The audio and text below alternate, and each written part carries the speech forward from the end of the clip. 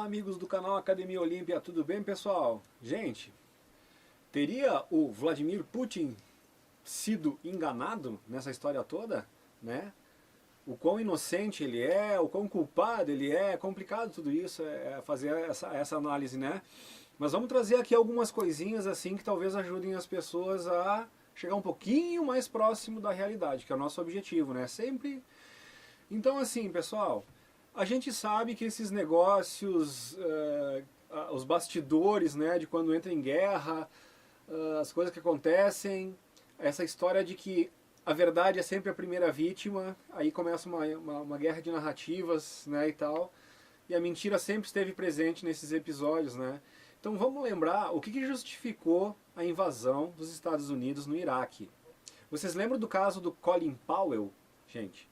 O Colin Powell, ele era secretário de defesa americano, né? E ele foi convencido pelo serviço secreto americano de que, inclusive ele fez aquela entrevista famosa, né? Ele mostrando o vidrinho, o tubinho com, supostamente com antrax lá dentro, né? Que eles teriam prova das armas biológicas de destruição em massa e não sei o que, e teria justificado o ataque ao Iraque lá, né? Lógico, depois do 11 de setembro, que tinha acontecido. Depois veio à tona que era uma mentira e que o Colin Powell foi enganado, mas aí o Iraque já tinha sido invadido e lufas, né? Então é complicado isso aí. Poderia estar acontecendo a mesma coisa com o Putin, né? Poderia. Então, se dentro dos Estados Unidos aconteceu isso, o pessoal do serviço secreto enganou alguém do seu próprio lado pelos interesses, no caso Colin Powell, para fazer todo esse teatro para justificar a invasão, teria acontecido alguma coisa semelhante, então teria que pensar, mas estão tentando botar uma imagem do Putin aí, né? Então o Putin numa igreja fazendo sinal da cruz, como foi um religioso, não sei se chega a ser católico, não sei como é que rola essa questão religiosa lá e tal. Mas enfim, aquele perfil conservador e tal. Aí eles estão colocando, né, do outro lado a dancinha do presidente Volodymyr Zelensky, aquela dancinha lá. Aí, mas cara, se ele era um ator, cara, aí tu vai pensar no pessoal do Cacete e Planeta, quando fazia aquela monteira de besteira. Cara, ele não tem nada a ver, entendeu? Eu acho que se ele era um comediante, tu faz aquilo com comédia, eu penso num tom, o Tom Cavalcante, quando ele faz um personagem de mulher, então acho que isso não é parâmetro. O cara era um comediante faz comédia para fazer os outros rir. Então até que ponto aquilo interfere no caráter ou não da pessoa, eu acho que julgar um comediante por ele ser comediante é um cara que faz piada. Se pensar num Chico Anísio da vida, era um cara que fazia piada, mas era um cara extremamente inteligente. Então é difícil esse negócio, botaram um palhaço lá, né? Aí falam do Zelensky lá mais ou menos que o fato de ele ter sido eleito é mais ou menos a mesma coisa que nem o Tiririca aqui no Brasil. Não é porque ele tinha uma proposta, porque ele tinha... Não, o pessoal tava tão de saco cheio com corrupto, né? Eu vou votar num palhaço que era para dar um tapa na cara da classe política, né? O Tiririca no Brasil foi eleito para dar um tapa na cara da classe política, foi o jeito que o brasileiro encontrou de dizer, cara, prefiro votar num palhaço, entendeu? Então é nesses mesmos moldes que esse Zelensky foi eleito lá. E agora então tá rolando essa parada toda, então assim, eu acho que o que eles estão usando para determinar se a pessoa é boa ou ruim não são bem os parâmetros certos, né? Porque pode ser tudo teatro, de um ou de outro, né? Agora, na questão do Putin, ele tem esse cara, que é o Alexander Dugin. E, quando tu vai estudar a história desse cara aí, sabe, de adorador do bigodinho. Sabe aquele cara lá? Mas, gente, não, eu só dei um tchauzinho, hein? Se alguém me pegar fazendo isso, eu sou capaz de ser processado. Perdeu o emprego, né, o comentarista lá, porque levantou a mão assim. Nossa, tá ridículo aquilo. Mas enfim, pessoal, voltando aqui. Porque não pode falar o nome, tem que falar o bigodinho, não pode dizer os nomes, cara, é brincadeira, né? Mas enfim, vamos se esforçar, vamos voltar pro foco aqui. Então o que aconteceu esse braço direito não, algumas pessoas disseram que Olavo de Carvalho aqui no Brasil era um guru do Bolsonaro, que foi desmentido depois pelo próprio Olavo de Carvalho, né? Bolsonaro leu um livro dele, uma coisa assim, mas... isso não faz dele o guru do Bolsonaro, essas palavras do próprio Olavo de Carvalho, né, gente? E aliás, esse Olavo de Carvalho ele já fez um debate com esse Alexander Dugin, né? E, enfim, é bem interessante isso tudo. Mas o cara, esse Alexander Dugin, ele seria totalmente o oposto do próprio Vladimir Putin. Então é muito difícil tu imaginar. Tem alguma coisa muito errada. Ou o Putin está fazendo um teatro e para aparentar o que realmente ele não é, né? Ou como que ele não sabe quem são os inspiradores, quem são os ídolos desse que seria o guru dele, né? Desse Alexander Dugin. Cara, vai de Aleister Crowley com satanismo, com outro lá da Alemanha da década de 45 ali, na década de 40 ali, você sabe o que eu tô falando? Então, pô, o cara, as fontes que inspiram o cara, pelo amor de Deus, é totalmente contra o que parece que o Putin tá fazendo. Então começa a ficar muito, mas muito esquisito mesmo. Então assim, o Putin não sabe do que realmente pensa esse Alexander Dugin, ou ele sabe, segue a estratégia dele e passa uma outra imagem, né? Então a gente fica muito confuso vendo tudo isso.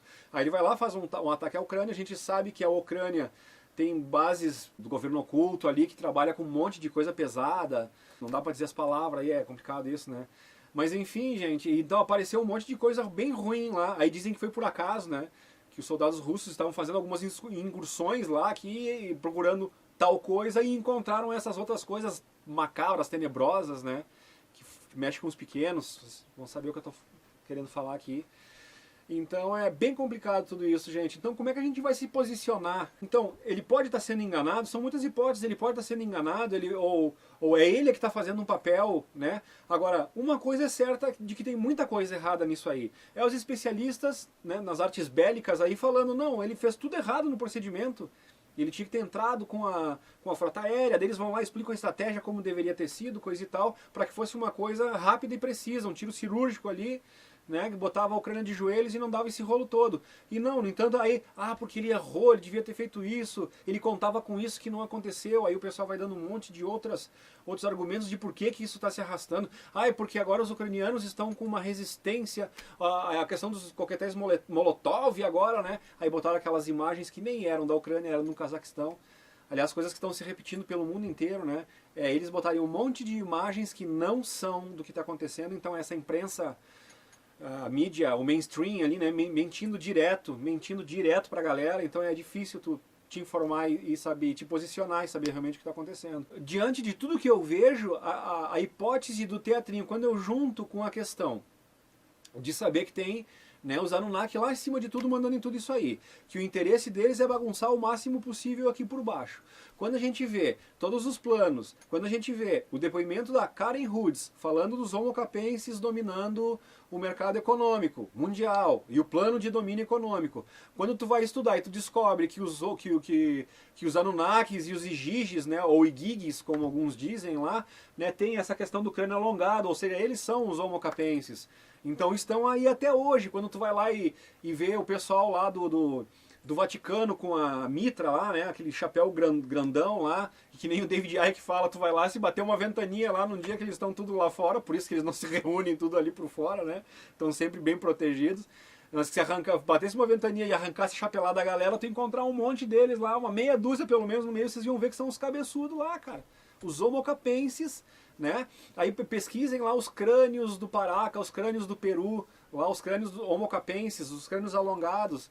Então é fato, cara, eles estão aí, sempre estiveram e mandam na gente, mandam no sistema econômico. Então, o que faria uma executiva do Banco Mundial, que nem a Karen Hoods, vir a público dar esse tipo de declaração?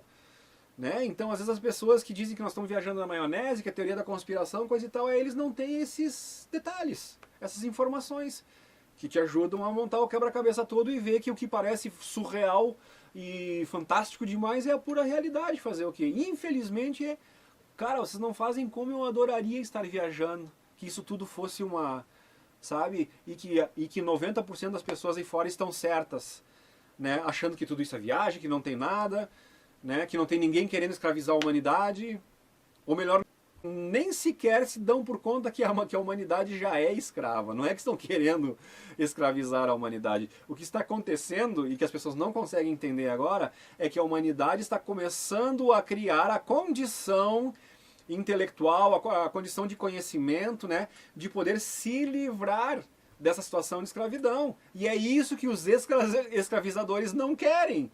Então é aqui onde começa toda essa confusão. Então até agora, enquanto a gente estava dormindo, enquanto a gente não conseguia entender de mecânica quântica, enquanto a questão espiritual estava ali limitada à questão, nosso lar, a gente morre, vai para lá, depois reencarna, enquanto estava por aí tudo bem. Aí quando a gente começa a descobrir roda de Sansara, quando a gente começa a descobrir que esse plano reencarnatório é uma maneira de te manter burro, porque tu vive um certo tempo, morre, aí vai pra lá, deleta, apaga tudo, tu vem pra cá, tem que aprender tudo de novo.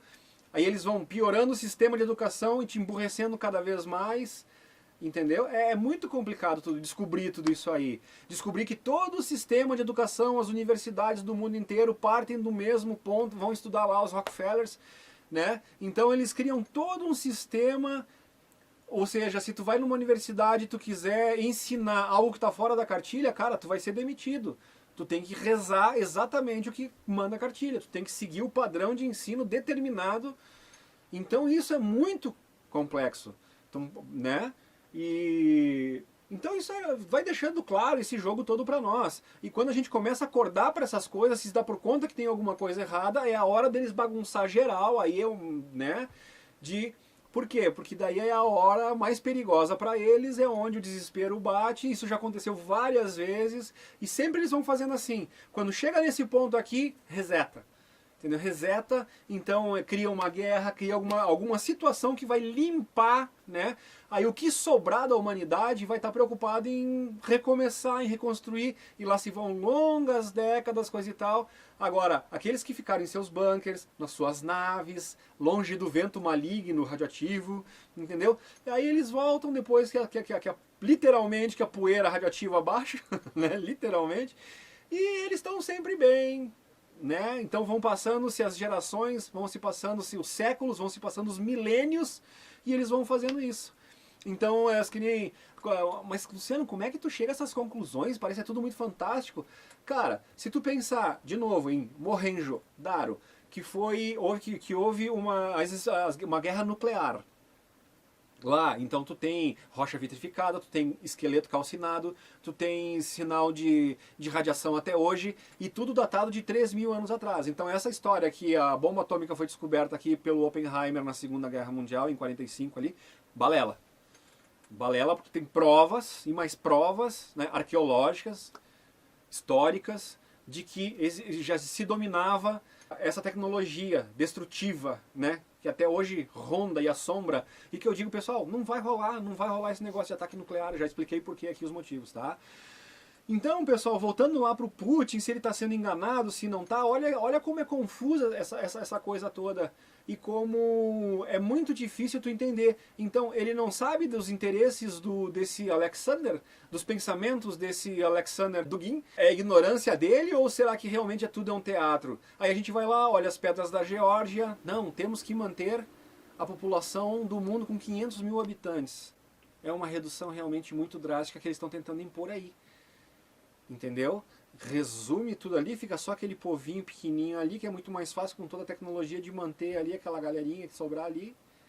E o resto vai o quê? Desencarna todo mundo, tirando todo mundo daqui, desse plano físico, vai todo mundo lá pro segundo anel, volta todo mundo zerado, entendeu? Começa a reencarnar todo mundo de novo, começa a repopular, todo mundo burro, todo mundo com um sistema totalmente já daí...